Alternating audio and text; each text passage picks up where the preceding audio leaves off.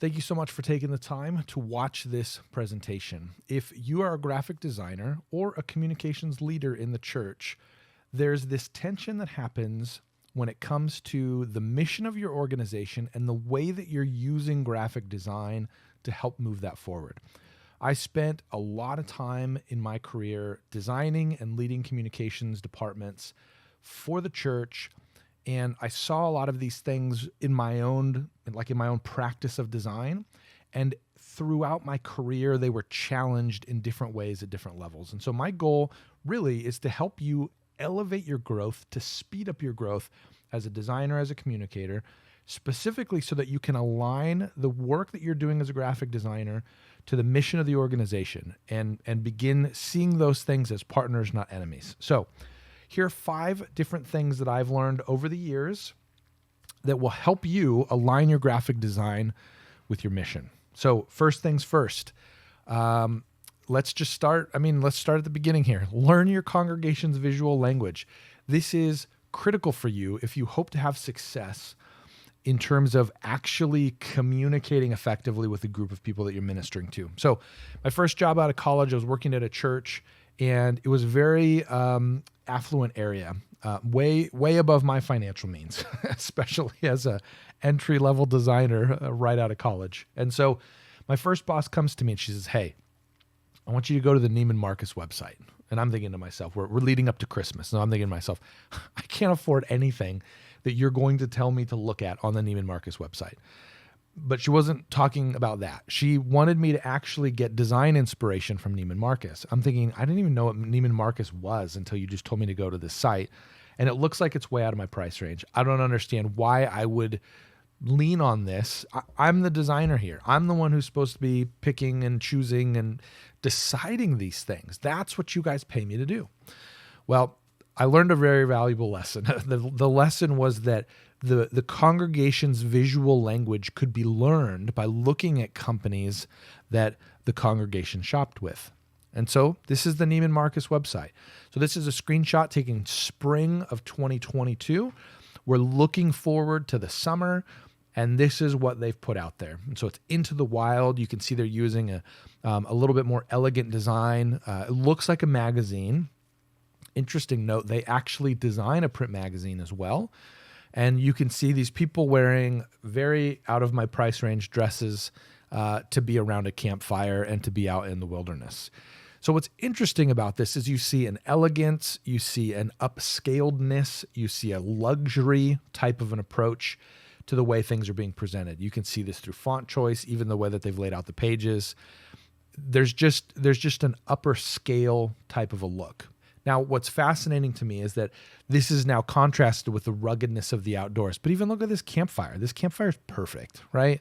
Like, is that a leather chair back there? Like, I can't really make it out, but like, this is not your typical Roughing It experience. So the first church that I served in, this was the aesthetic. This was the way that we effectively communicated with people because this was the visual language of the congregation. And I think sometimes we get into this position as designers in particular, where we judge the language that people speak. That's not our place. Our place is to learn the language so that we can communicate effectively with the group of people we're trying to reach. So I want to contrast this. My second job was at an organization it was in a church that was much more blue collar. And so hunting, fishing, dirt biking, off-roading, boating, those types of things. Not boating like yachting. That was the first church. Boating like going to the river or going to a lake. That was, the second church. And so this actually was a lot more appropriate for that church. What's fascinating, you try to take a Neiman Marcus approach to a Bass Pro Shop customer, it ain't working. And so Bass Pro Shop or Cabela's, depending where you're from, really, like, there aren't people in dresses, there are fish. There aren't, fancy bags, there are lures. Like that's what this organization is trying to present because that's what they're selling. The other thing I really want to call attention to here is there's a pragmatism in the way that Bass Pro Shop is designing. So I want to draw your attention to this little insert right here. This is just a PDF of their weekly ad. That's it. And they just embedded it. And so you can click through and it like simulates, real pages. The last time I used this plugin or this service, it's called Issue. The last time I used it was probably 2014, but they're still using it. They're still rocking it. And the reason why is because it's a practical solution. Neiman Marcus designed a print ad, so they're the same in that sense, but then they redesigned it to function natively in the website. And then you can click on these little buttons here and get pop-outs of prices and, add to cart and all that kind of stuff. Like the contrast between the two is really interesting to see. So if you're serving a group of people who are a little bit more Bass Pro, that means that the refinement in your design and the refinement in your communication can be less than a Neiman Marcus type of experience, simply because they're used to an embedded PDF on their webpage. Like they're comfortable with that. That is part of the language. They know how to interact with that. And so really where that takes us is not just learn your congregation's visual language, but also speak it. So learn your congregation's visual language and speak it. So begin making design decisions that are a reflection of what is natural for the people that you serve. And this requires that you get to know them. There are a lot of ways you can do that. You can do demographic studies, you can do research, you can do all these kinds of things, have focus groups in the congregation.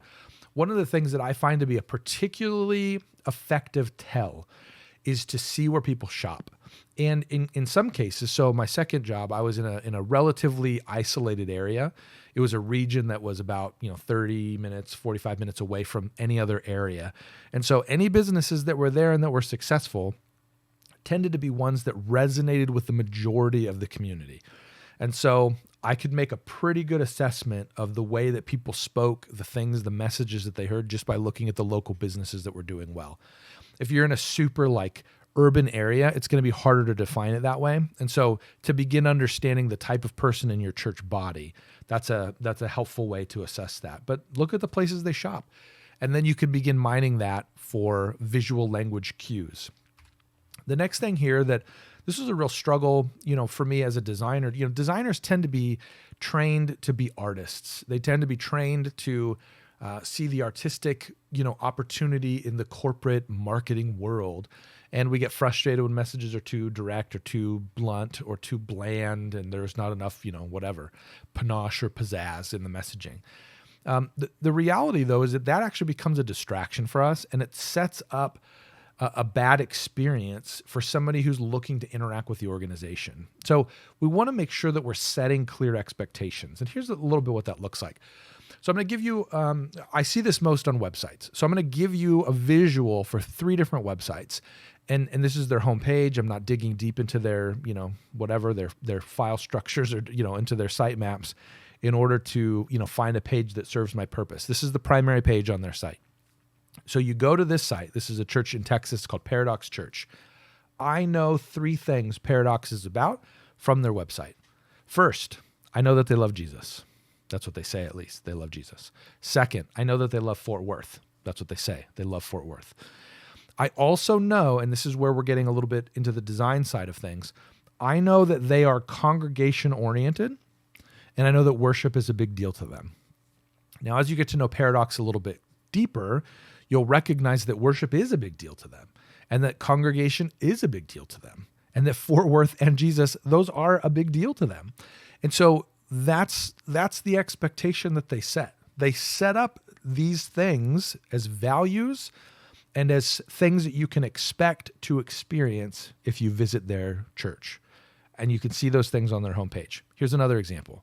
Elevation Church. You may have heard of it.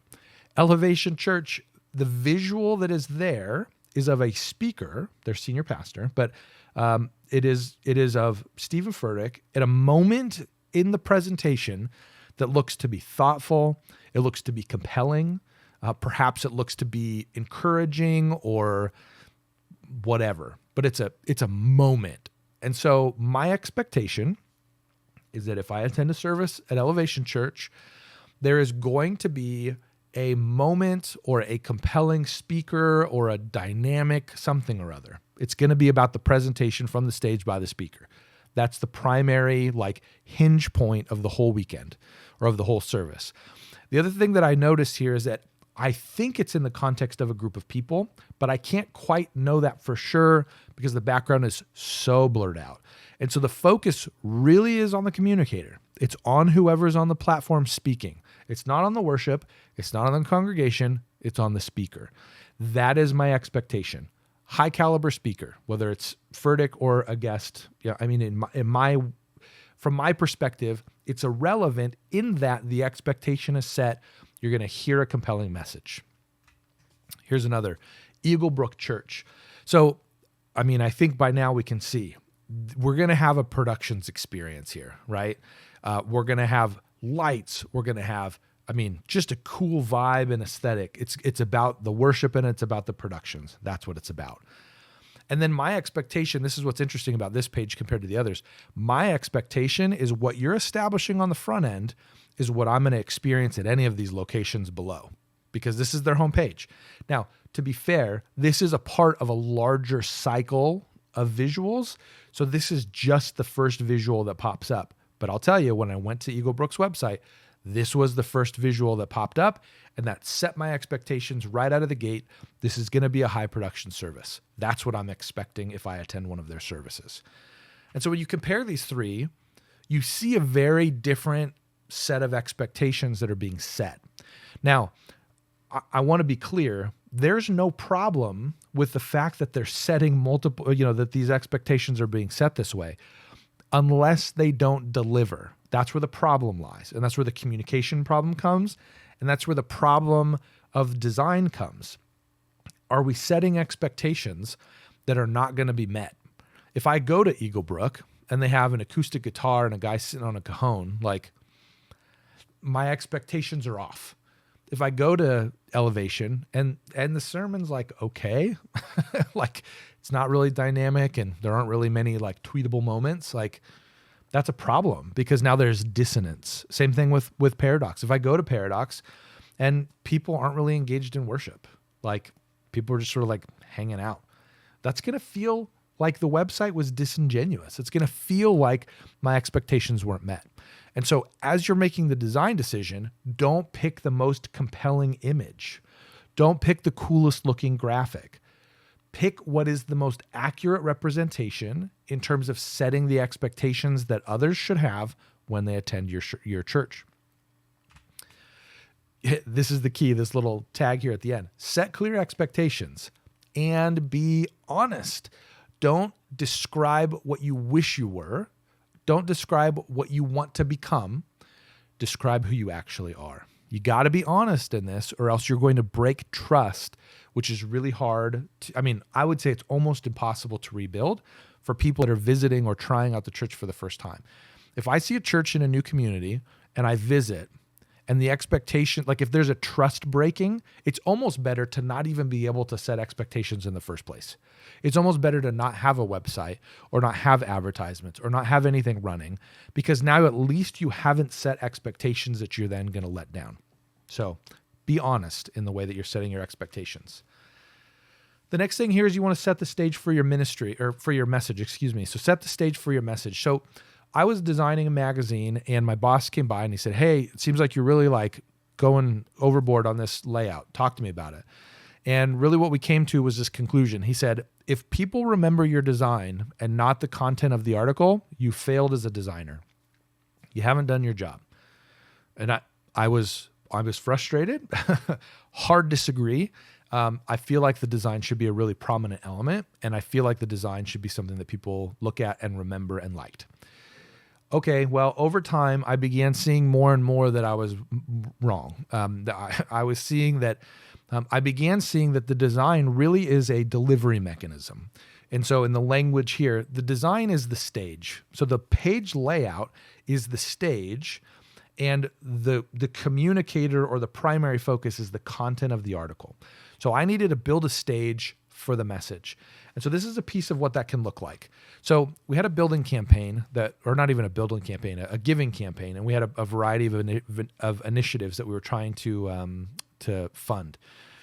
And so this isn't your normative looking giving campaign, Hometown Advantage. It doesn't say giving. It doesn't say next gen or like next level or like raise or any of those buzzwords that so many of these campaigns tend to have. But we really wanted to focus on what the message was. The message was that we have 4 campuses and each of them needed something. And so we then had to go back one layer. What's the point of having multiple campuses? Well, in our context, it was a very strong push towards reaching the people that are in your community. So if you work in a city, it's going to be easier to invite people to the church in your city than it is the one across town. And so we wanted to start playing with this idea of a hometown advantage. And so we as we kind of, the message evolved and as the idea evolved, we started recognizing the parallels with home field advantage. The idea of a home field advantage, I mean, I was researching stats on how much more probable it was for the home team to win than the away team. And we were really digging into that. And as we got more and more into that mindset, we began seeing this idea of a hometown advantage making a lot of sense. And so then we wanted to set up the ministry leaders who are going to be communicating this message across campuses, across videos, across all these different promotional elements. We wanted to set them up for a very clear conceptual connection, and that was sports. The leadership of our staff, and really just our staff in general, tended to be fans of sports. And so we presented then this design that was unconventional for a given campaign, but it supported the message. And so this is a little bit of how it fleshed itself out. Put me in coach, and that's a tennis court in the background. The first image was a football field. Second image here is like a softball field. I'm in, and I'm in to kind of participate in these ways. And then a base from a field, whether it be baseball or softball. That's probably a baseball base. But and then you have a card that unpacks more of the information and it kind of talks through the vision. But what we're doing here is we're really taking the design and we're supporting the message. We're not attacking it. We're not saying, because I've heard this. I've heard many times the design person say, we need to change the message in order to fit the design, when really we need to change the design to fit the message. So you want to set the stage for your message and you want to support it.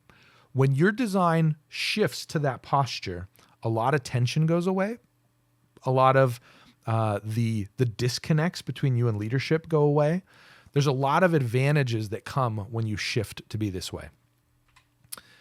The next thing here is you want to design with action in mind. Now, I need you to brace yourselves. You're probably going to be blown away by how beautiful this next design element is, okay? You probably know that that's not true by the way I'm setting it up. But when you design with action in mind, stuff like this happens, okay? I get it. It's a big old list of things. It's not gorgeous, all right?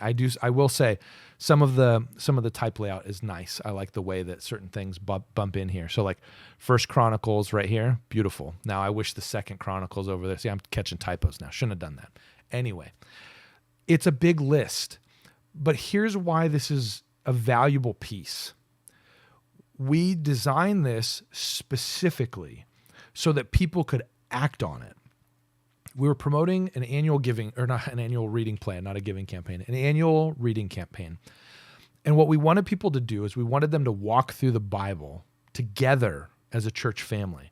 And this wasn't like we're going to give up on it in February. This was, we are leaning in so hard that we're going to keep this going throughout the entire calendar year. Our message series all worked around this. So January 1st through 7th, we covered Genesis 1 through Genesis 24. That meant the weekend message needed to come out of Genesis 1 through Genesis 24. So it was that interwoven and interconnected of a campaign. We really wanted our people to begin the practice of reading through God's word faithfully daily. And so we pushed it hard. So this piece was designed to have a function towards the behavior of the people of the church.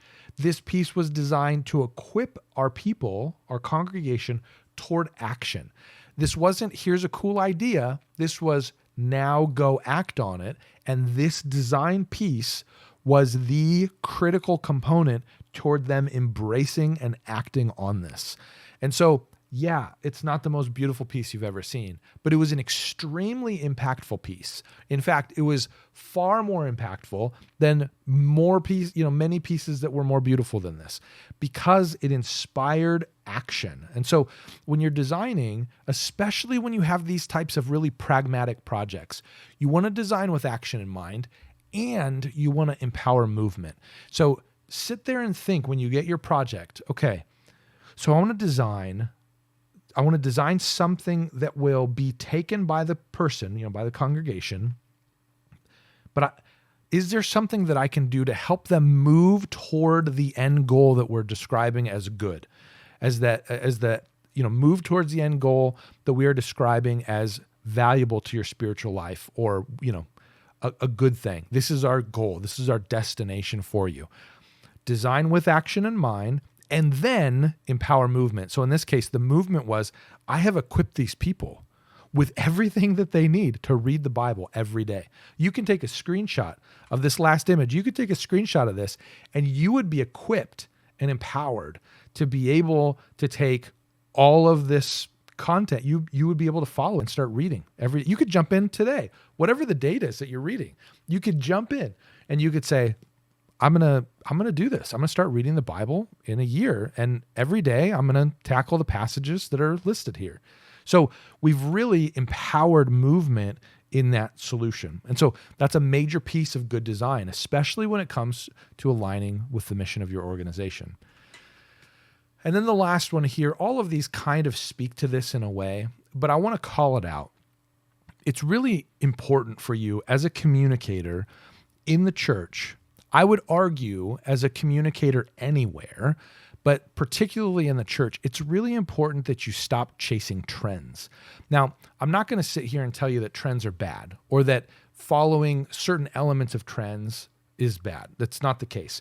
But what I have seen is particularly in the communications and the design realm, organizations or teams, really, designers that have embraced trends at such a level that they have allowed poor communication to happen in their context in favor of the trend. And so what's happening is we're choosing the trend over the ability to communicate effectively and in the language of the people that we're serving. If you want to be so trendy, then you need to get out of the church and you need to be in a different space. And I know that's going to feel really controversial for those that really value excellence. Trends are not excellence. So you need to disconnect those things. So here's an example. So we've talked a lot about your design needs to set expectations. Your design needs to be a reflection of who you are as an organization, what you value, what you care about, those kinds of things. So I want you to look at this collection of Instagram posts. Now, at first blush, you may say, here, let me switch over so that you can see that without my little picture blocking the last one. So you may look at this set and you may say, yeah, this is the collection of images of a certain, a feed. This looks like a feed. It's great.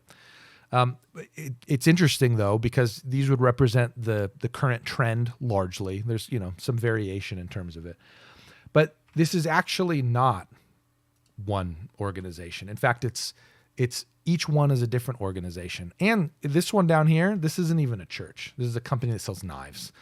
And so what's interesting is that it fits, visually with a lot of these different visuals, the different kind of aesthetic that's out there.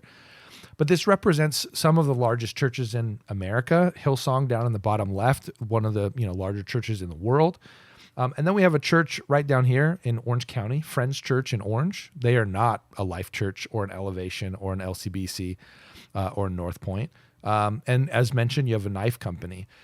What's tricky for me with this stuff is that none of these actually tell me about who you are as an organization.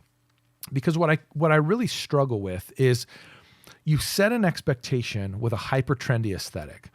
And then what happens is the band gets up, and depending on your organization, you may have a band that is like fine. You may have a show, you may have, lights and, like I think at Eaglebrook, you may have an incredible production environment. That's great. And then the 62-year-old senior pastor gets up. And I'm not saying a 62-year-old senior pastor can't be trendy, but I will say, if you're going to present me a bunch of images and you're going to describe your organization visually as a young, hip church, It's really weird to the 20-year-old who was enamored by those graphics and showed up when somebody who's 62 gets up and starts communicating a message from the Bible. Not saying that there's not wisdom there, not saying that you can't learn from somebody who's older, any of those things. I'm just saying you've created a really confusing environment. And I would say you've lost your identity when you're so obsessed with following a trend that the trend becomes the driver and not who you are as an organization. And so I would encourage you, stop tracing trends and be you. Stop chasing trends and be you. So this means that you need to identify who you are as an organization. What are the characteristics that effective ministry looks like? A lot of ministries care a lot about people. So where are the people? Are you sharing about people? Are you posting pictures of people? Does your website show what you value? Does it show a congregation if that's your highest value, or a speaker, or a worship experience? Are you elevating the right things based on the heartbeat of your organization? And so those are some of the things that you need to be asking the question of in the context of this overarching, 5 things. What are the things that your organization really cares about? When you identify those things, you're going to be able to figure out how your design needs to shift specifically in order to align with the mission. But these are 5 principles and 5 charges really as to things that will help you move in that direction. And so what I care about most is I care about your design and your communication correctly pushing forward the mission of the church. Leadership is the one who sets the course for the organization, not the design staff, not the comm staff. And yet, so often, we're seeing the design and the comm seat shifting the way that an organization is perceived. And then a lot of times it happens in a way that's dissonant with what the organization actually believes. So if you're in that seat, if you're a designer, if you're a communications person, understand these principles, because understanding them and applying them will help elevate the effectiveness. It won't win you an award, which is great. You don't need awards. It's not going to, get you featured in a magazine, which is great. You don't need to be featured in a magazine. But it will help people who are outside of your church understand if they belong to it. Saying you belong isn't enough. In fact, I don't even think that's helpful. But instead, understanding the visual language of the people that you're ministering to, speaking clearly to them, that will attract others that speak the same language.